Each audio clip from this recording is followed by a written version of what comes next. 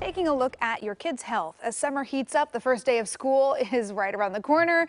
I know we don't want to think about it just yet, but that does mean that it is time to get your child vaccinated.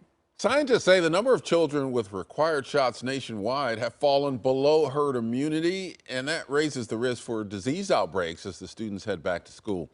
Joining us live is family physician Dr. Christopher Scuderi. Good morning, doctor. Good morning. Yeah, let's talk about how important these annual shots are and which shots that children should get.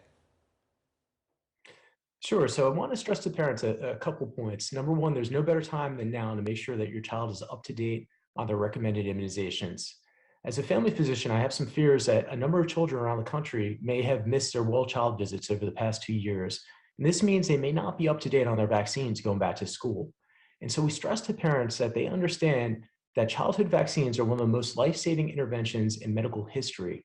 If you look over the past 20 years, the lives of 37 million children around the world have been saved by these vaccines. Wow. So now, yeah, which vaccines are we talking about, and what's the timeline here? How long would it take families to make sure that their kids are fully vaccinated? So it depends on a child's age. So there's a vaccine schedule, and it starts with infants and it goes all the way to our children going to college. And so it's important to make an appointment with your family physician and discuss where your child is at, which vaccines are best for them, and how to best protect them going back to school. Which vaccines specifically are most important? Are we talking about measles, mumps, and rubella? And what about COVID?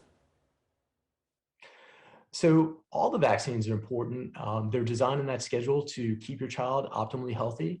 The COVID vaccine is important too. It just was approved now for younger age groups. So it's approved now for children 6 months through 5 years old. So that makes now 19 million more children in America eligible for the vaccines. So this is a big step that happened last month, and I know a lot of parents are excited about that.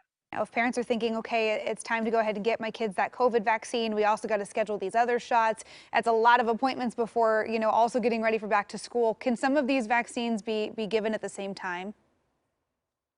Yes, they can, and that's a big help. And we encourage, as kids are receiving the recommended immunizations, they can receive the COVID vaccines with them, and so that makes it easier because I know it's tough getting the kids to the doctor's office, and so doing them in the same day is definitely helpful. Yeah, we've been looking at COVID. We've been looking at research that shows that younger kids can now get the shots. What's your message regarding the safety of the COVID vaccine, especially for the youngest age groups? So I'd like to reassure parents that it's taken a while for this age group to be approved because there was studies done to make sure that these vaccines are safe and effective for this group. And so two vaccines have been approved, ages 6 months and up, Moderna and Pfizer. There's a couple key differences we want to stress to parents. The Moderna vaccine is a 2-dose vaccine that's given 4 weeks apart. The Pfizer vaccine is a 3-dose vaccine. And so there's a first dose, a second dose 3 weeks later, and then a third dose 8 weeks after that. It's important that parents realize in that age group that all 3 doses are needed. It's not a booster. The other thing that we want parents to know is that if their child's 5 or older, and if they had their COVID vaccines greater than 5 months ago, they're due for a booster too.